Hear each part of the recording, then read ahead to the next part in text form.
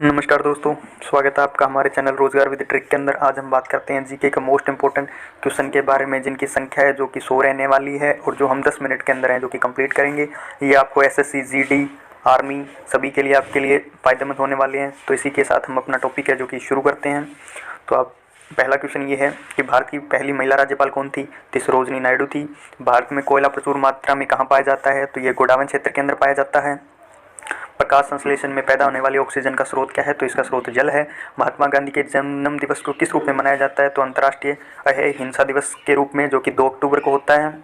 आगे हम बात करें तो धान के खाने योग्य भाग कौन सा है? धान का मतलब यानी कि चावल के अंदर खाने वाला भाग कौन सा होता है? तो वो बीज होता है। गरीबी हटाओ का नारा भारत के किस प्रधानमंत्री ने दिया? तो इंदिरा गांधी ने दिया।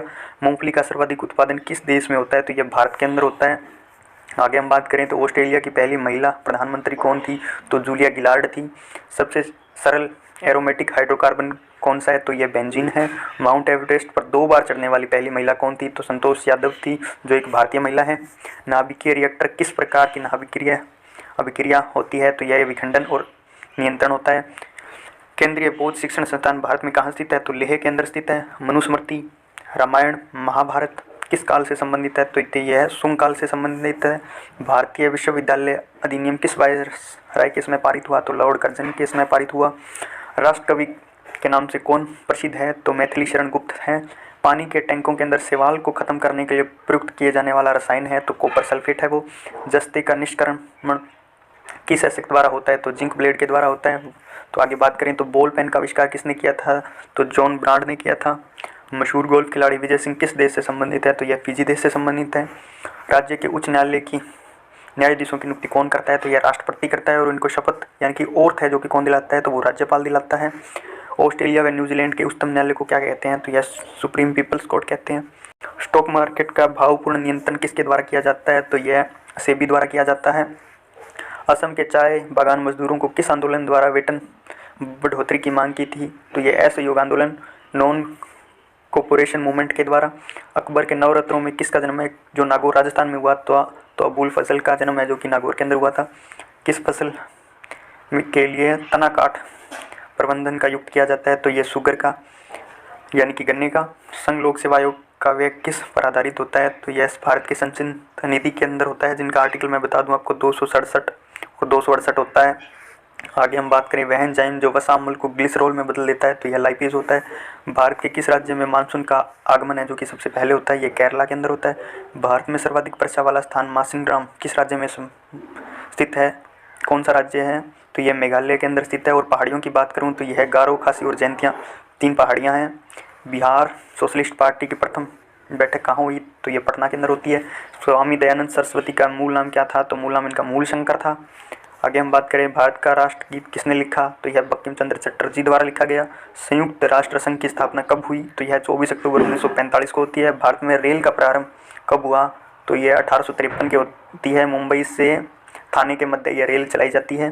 भारत की पहली मेट्रो रेल का किस नगर के अंदर प्रारंभ हुआ? तो यह कोलकाता के अंदर होता है। आगे मैं बात करूँ भारत की पहली ट्रेन कहाँ से कहाँ तक चली? तो ये मैं पहले बता चुका हूँ, मुंबई से थाने के मध्य चली। दिल्ली में स्थित महात्मा गांधी की समाधि का क्या नाम है? तो राजघाट है। अंतरिक्ष यात्री को बाह्य आकाश है जो कि कैसा दिखाई देता है? ये काला दिखाई देता है प्रकाश के अपवर्तन के कारण। प्रथम भारतीय अंतरिक्ष यात्री कौन थे? तो यह राकेश शर्मा थे, जो 1984 के अंदर अंतरिक्ष में गए थे। भारत की पहली महिला मुख्यमंत्री कौन थी? तो श्रीमती सुचित्रा कल्पलानी थी। हरियाणा के पहले मुख्यमंत्री कौन थे? तो पंडित भगवत दयाल शर्मा थे। मानव शरीर के अंदर किस ग्रंथि को मास्टर ग्रंथि कहा जाता है? तो पीयूष ग्रंथि को मास्टर ग्रंथि कहा जाता है। 12वां क्वेश्चन हो जाता है कि दूरबीन का आविष्कार किसने किया था? यह गैलीलियो द्वारा है जो कि दूरबीन का आविष्कार किया गया। पेस मेकर किस शरीर के किस भाग से संबंधित है? तो यह हृदय से संबंधित है, जो हृदय की धड़कन को नियंत्रित करता है। रेडियो एक्टिवता की खोज किसने की थी? तो हेनरी बेकलर ने की थी। राष्ट्रीय गान गाने की अवधि कितनी होती है? तो यह 52 सेकंड होती है। आगे मैं बात करूं तो हमारा राष्ट्रीय पंचांग कौन सा है? तो शक संवत है। कार्बन का सर्वाधिक शुद्ध रूप कौन सा है? तो हीरा है, जो सबसे कठोर धातु है। एक्सरे का आविष्कार किसने किया था? तो रार्चंट ने किया था। किस धातु का प्रयोग मानव शरीर ने सबसे पहले किया था? तो यह तांबा हो गया। महात्मा गांधी को राष्ट्रपिता सबसे पहले कहकर किसने संबोधित किया? तो सुभाष चंद्र बोस द्वारा।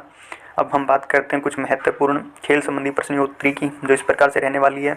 थॉमस कप किस खेल से संबंधित है? तो यह बैडमिंटन से संबंधित है। टर्मिनेटर के नाम से कौन सा खिलाड़ी प्रसिद्ध है?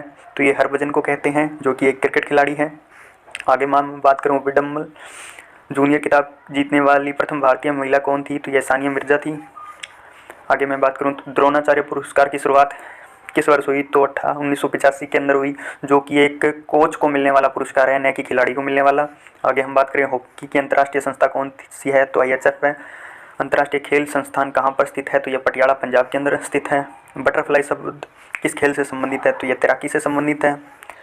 बाराबती स्टेडियम कहाँ पर स्थित है? यह कटक गुजरात के अंदर स्थित है।